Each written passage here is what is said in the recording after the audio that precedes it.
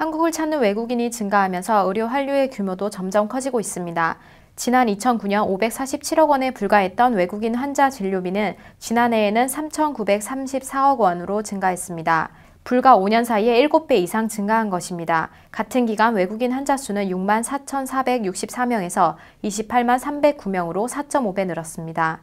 이웃나라인 중국에서는 주로 한국의 성형외과, 피부과를 찾습니다. 특히 성형외과의 경우 연평균 환자 증가율이 70%에 달할 정도로 다른 과에 비해 인기가 높습니다. 관련 전문가들은 중국에서 한국 드라마와 음악이 인기를 끄는 만큼 한국 연예인들처럼 예쁜 얼굴을 갖고 싶어하는 환자들이 많아졌다는 분석입니다.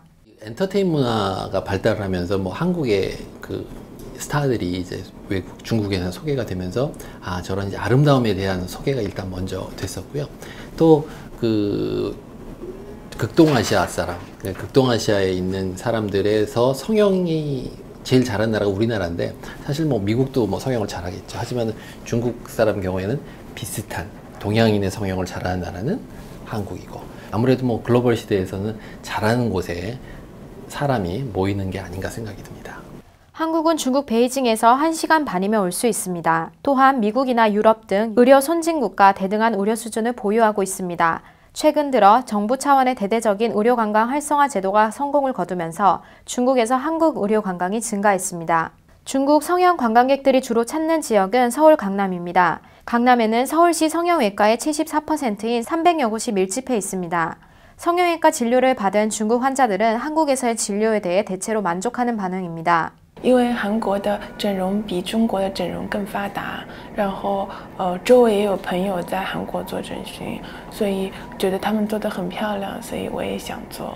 看到很多电视剧里面的女明星非常漂亮，然后就自己也想像她们一样漂亮，所以就过来了。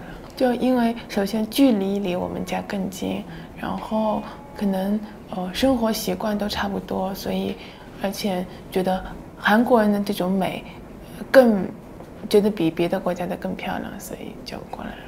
한국보건산업진흥원이 발간한 2013 외국인 환자 만족도 조사 보고서에 따르면 평균 만족도는 88.3점이었습니다. 이 보고서는 2011년부터 지난해까지 외국인 환자 818명을 상대로 조사한 결과입니다. 외국인 환자가 한국 의료 서비스를 선택할 때 고려하는 가장 큰 요소는 의료기술로 70.5%를 나타냈습니다. 의료 장비는 31%, 의료진은 24.9%로 뒤를 이었습니다. 코가 휜 경우에는 그 코 기능상 문제가 생기기 때문에 반드시 교정이 필요하다고 들었는데요. 맞나요? 네, 일반적으로 그 코가 휜 경우에는 코 안에 있는 비중격, 양쪽 콧구멍 사이를 막고 있는 연골이 있는데요.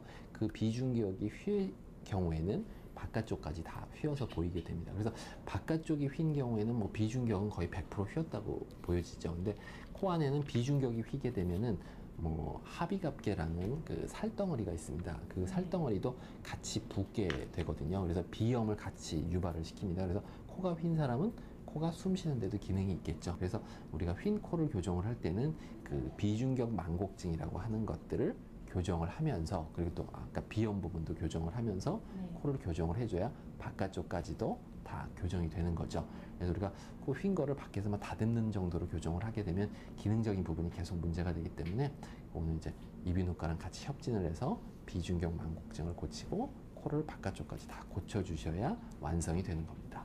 그 들창코 하면 말 그대로 코끝이 들려 보이는 경우일 텐데요. 어떤 경우에 들창코라고 하는지 좀 더 구체적으로 설명해 주시겠어요? 보통 들창코라고 하면은 이제 코가 들린 코를 얘기를 하는데요. 일반적으로 여자든 남자든 코가 약간은 들려 있죠. 그리고 매력 포인트고 약간 들린 코는 도도한 코의 상징이기도 합니다.